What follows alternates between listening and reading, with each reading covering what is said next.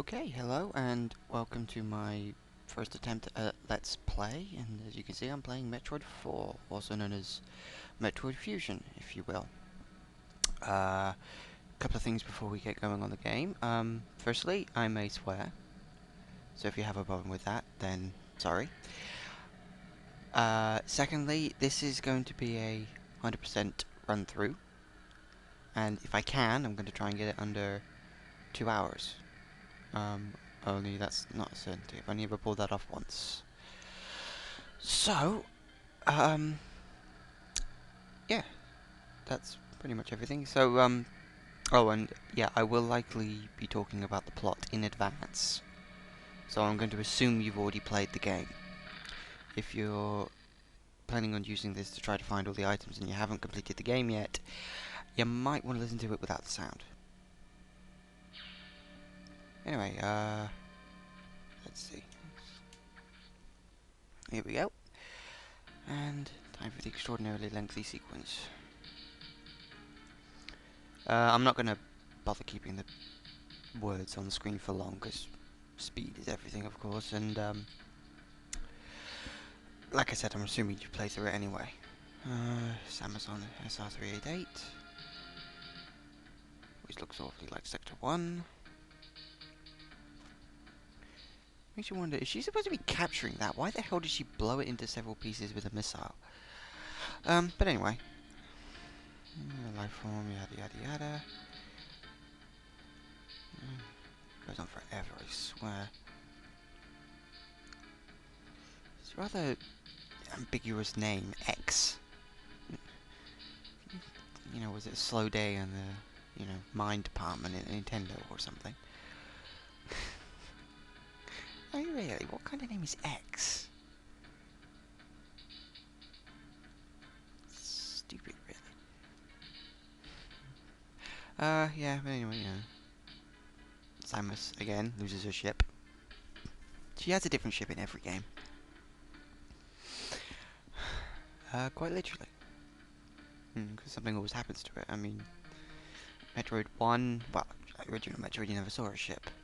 But you did in Zero Mission. And that was different from the one in Metroid 2. Although Metroid 2 and 3 were actually quite similar. Yeah, I mean, they're next to each other. They're supposed to be similar. But yeah, this intro will eventually end. Eventually. Just goes on and on and on and on. But yeah, the Metroid franchise has always been one of my favourites. I think Metroid 2 was the first game I played. I mean, that was a long time ago.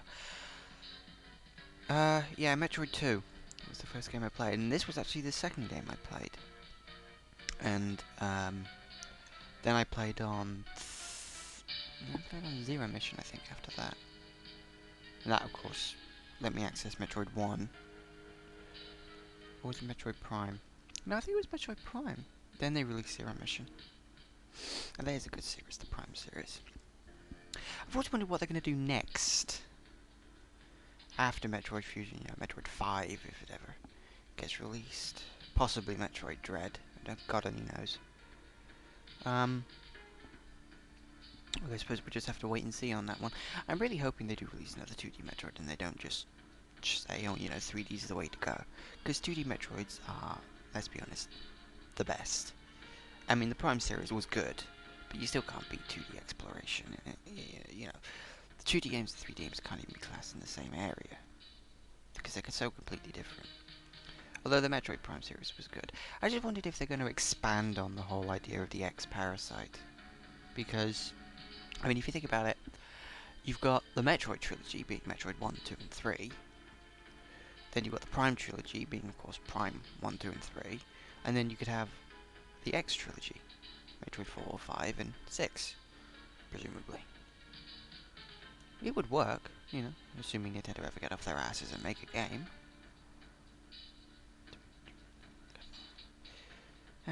Finally.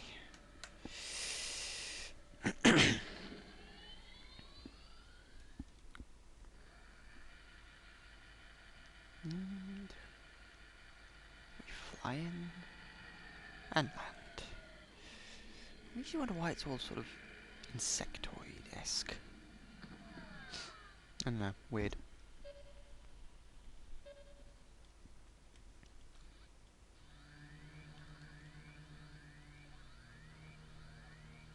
Oh yeah, if you want to read the text, you just have to pause the video.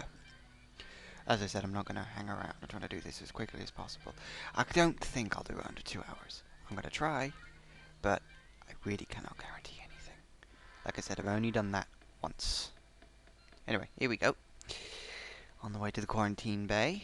Fun, fun, fun all the way through. Whoop.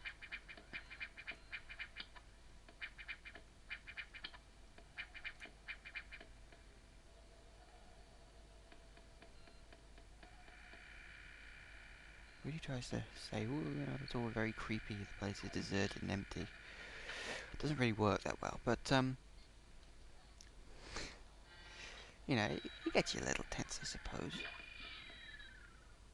But, you know, it's a 2D game, it's not going to get you that scared.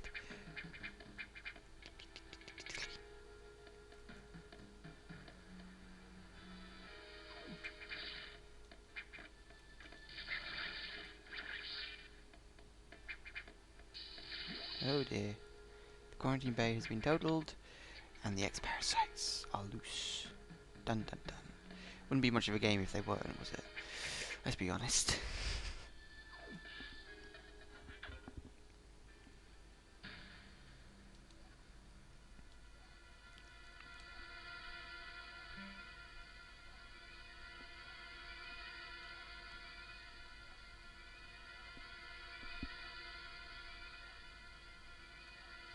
Just goes on and on and on.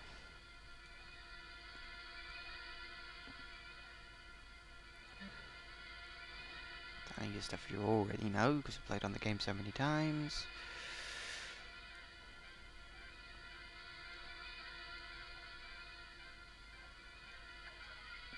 Now, considering she's supposed to be some lone bounty hunter, the number of times she gets roped in doing something for the Federation is really quite extraordinary.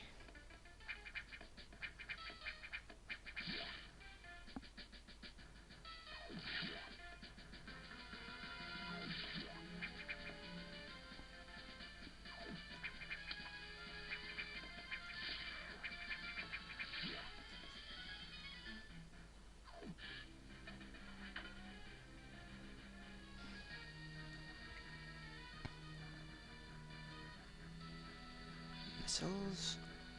It's always interesting which pickup you get first. It's always a sort of a choice between Morph Ball or missiles, just depending on which game you're playing. I mean, Metroid 1, it's Morph Ball. Metroid 2 actually was quite different, because you actually started with both missiles and Morph Ball there. The first pickup you think is bombs on that one. Who didn't see that one coming? Yeah, bombs in number 2, Morph Ball again in number 3, missiles in this one, and then Prime it's... what is it? It's missiles in 1. You start with Morph Ball, so it's missiles in 2. And 3 was... what's the first pickup you get? I think it's missiles as well. Do do do do do. Ah, the classic jingle. Fun. And for some arbitrary reason the power decides to go down. Yeah. It's just an excuse that you can't go the normal way. And because it also then shows you the difference between the pink areas on the map and the green areas off the map. Always teaching you. I suppose that's the one problem that I don't like this game compared to Metroid 3. Super Metroid was awesome simply because it didn't hold your hand. It literally let you work out where you go, because it was just designed so differently. I mean, on Metroid 3, assuming you don't know how to sequence break a Metroid game, you literally just... first missile. You literally are just sort of slowly forced along the same route